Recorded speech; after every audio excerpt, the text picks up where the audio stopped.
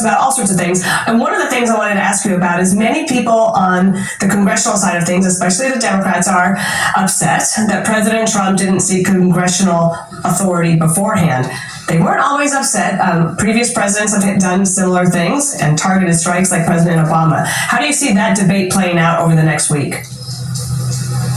Yeah, well, I mean, for me, I'm sure. I mean, there's going to be a lot of people in my party that are going to disagree with the strike in Iran, and I actually support that. I've been always calling for that thing. I think it was entirely appropriate. And again, there might be votes on that. So for me, that's not a war. That was a very limited military exercise, and it struck that, and then that's where we're at. So really, it really wasn't about the constitutional or it's anything like that. It was like a very, very limited military engagement, and then it took them out, damaged them severely. Yes, and so we're still getting that analysis. And sir, Congresswoman Alexandria Ocasio-Cortez, she has called for the impeachment of the president, saying that it's a disastrous decision to bomb Iran without authorization, a grave violation of the Constitution and congressional war powers. He has impulsively risked launching a war that may ensnare us for generations. It is absolutely and clearly grounds for impeachment. Two things really struck out at me from that, which is the impulsively risked launching a war, which I don't think there was, looking at all the reporting, there's nothing impulsive about it. We've been having this discussion for many, many years, but also that it could ensnare us for generations. At this point, do you see that actually happening after the Israelis had done what they did before President Trump took this decisive action? I'm sorry. Oh, is it? Okay. We might have some technical difficulties. Let me just ask you what you think about the possibility. Alexandria Ocasio-Cortez says the president shouldn't be impeached because he's impulsive.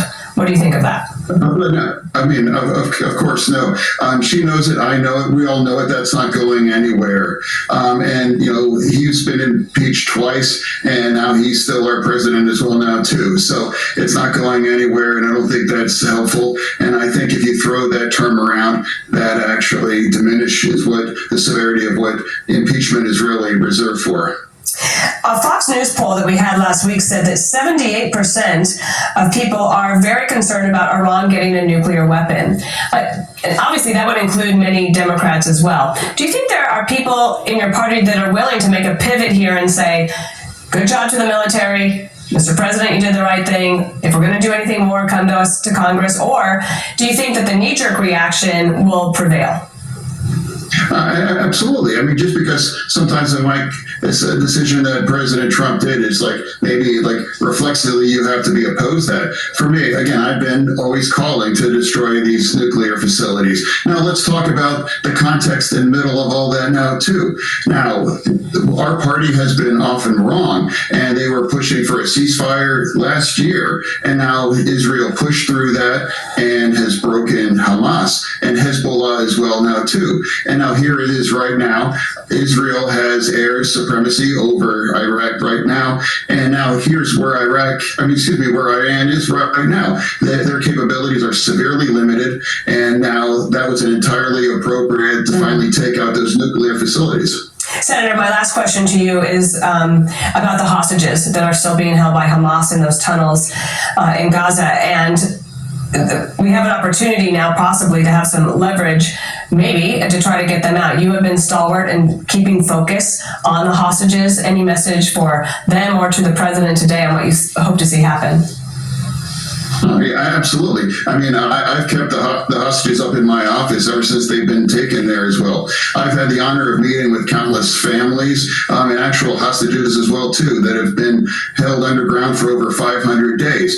The world seems to have forgot them, but I certainly haven't, and a lot of people in Israel have and will too. Let's bring them home, and let's hold Hamas accountable. And now let's never forget, too, send them home and disarm, and all of the tragedy in Gaza would be over. Hold them accountable. Why won't the media and more people hold Hamas accountable for what they've done? And as well as Iran as well too. They're the ones that created those proxies. And that's also part of why it was entirely appropriate to take out their nuclear facilities. And that's why I'm going to unapologetically stand with Israel. I don't poll test that. For me, it's like I'm going to stand on what I know is the right thing and what's the truth.